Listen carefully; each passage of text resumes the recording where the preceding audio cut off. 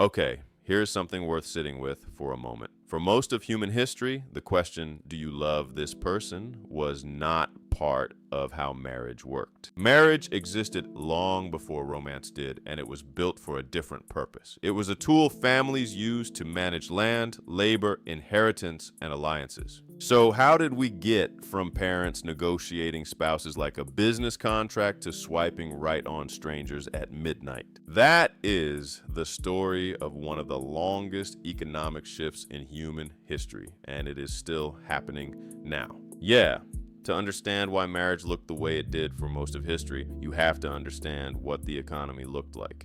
In agrarian societies, which is most of human civilization up until about 200 years ago, wealth was not money sitting in a bank. Wealth was land. Wealth was labor. Wealth was the number of hands you had to work a field, tend animals, and keep a household running. A family without enough workers struggled to survive. A family without land had nothing to pass on. Marriage was the mechanism that solved both problems at once. When two families arranged a marriage, they were not just joining two people, they were merging labor pools, consolidating land, and creating a formal alliance that would define the economic position of both households for generations. That is a very different thing than love. If you want to make YouTube videos but don't want to spend the time it takes to script, film, and edit, with topic2video.com, you don't have to. The video you're watching right now is proof. I typed my topic into the platform and this full-length video came out. I know it sounds simple, but it's true. No script writing, recording, or editing. Just type your ideas into the platform and get full-length videos out. Try it for free at topic2video.com today. Two of the oldest economic mechanisms in marriage history are dowry and bride price, and they operated on opposite logic, but both were fundamentally about money and labor. A dowry was wealth that the bride's family transferred to the groom's household at the time of marriage. It could be land, livestock, household goods, gold, or cash. Think of it as the bride's family buying her entry into the new household, establishing her status within it, and importantly, ensuring that some portion of the family's wealth traveled with her. In many societies, a daughter who married without a dowry was marrying poorly. The size of the dowry signaled the family's worth and determined the quality of the match they could secure. Bride price worked the other way. The groom's family paid the bride's family. Why? Because when a daughter married, she left her family and took her labor with her. In societies built around household production, that was a real economic loss. Bride price was compensation. It acknowledged that the bride's family was giving up a productive member of their workforce, and it rebalanced the equation. Yeah, marriage was being settled like a transaction because structurally it was one. Both systems used payment to formalize what was at stake, whose labor goes where, whose children inherit what, and which families are now bound together. The rules about who you were allowed to marry were not arbitrary, they were engineered. Societies that depended on land and household labor developed specific rules for who should marry whom, and those rules tracked closely with how property moved between generations. In some societies, marriage within a certain kinship group was preferred because it kept land inside the extended family rather than letting it disperse outward. In other societies, the opposite rule applied. You had to marry outside your kin group entirely, which created alliances with neighboring families and clans. Anthropologists call this alliance theory, marriage rules as a form of foreign policy for families. All right. And then there were timing rules. Most pre-modern societies pushed marriage young, especially for women because life was short. Household labor was constant and childbearing was how families maintained their workforce into the next generation. All right, the system that had organized marriage for thousands of years started breaking down in the 1800s because the economy transformed completely. Industrialization pulled work out of the household and into the factory. For the first time in most people's experience, you did not need to inherit land or marry into a farm to survive.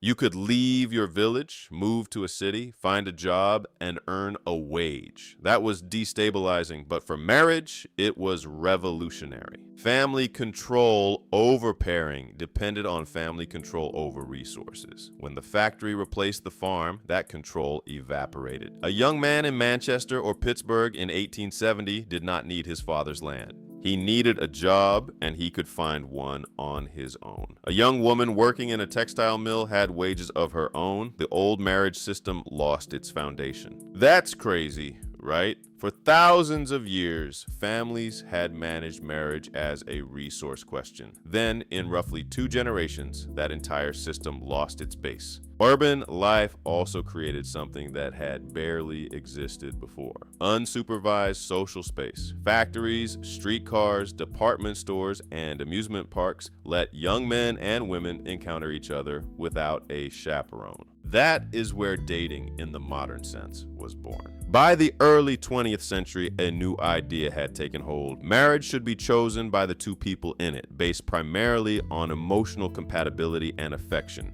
Historians call this companionate marriage, and it was genuinely new. Courting had always existed, but it was family supervised and explicitly oriented toward evaluating a match. Dating replaced that. It happened in public, paid-for commercial spaces, and it was organized around entertainment and personal connection rather than family evaluation. And companionate marriage changed what people expected from the institution itself. If you were choosing your partner based on love and compatibility, then a marriage that lacked those things was, by that logic, a failure. That made divorce thinkable in a way it had rarely been before. Okay, the 20th century did not move in a straight line on marriage. After World War II, the United States and much of the Western world experienced a marriage boom. People married young, and they married at high rates. The post-war economy meant men could support households on a single income, and the cultural expectation was that women would marry and maintain the home. That's crazy how fast it unraveled. Within 20 years, the foundation had shifted again. The birth control pill became widely available in the 1960s. Women's workforce participation accelerated through the 1960s and 1970s. College enrollment for women climbed, and with financial independence came negotiating power. When women can support themselves, the calculus for marriage changes. You do not need to marry young to secure your economic future. You can afford to be selective, to wait, and to leave a marriage that is not working. What followed was a long-term shift that is still underway. Marriage rates began falling in the 1970s and have continued declining in most rich countries since. People started marrying later, and in many places, parenthood has decoupled from marriage. Marriage and family formation, which were once inseparable, are now 2 distinct decisions.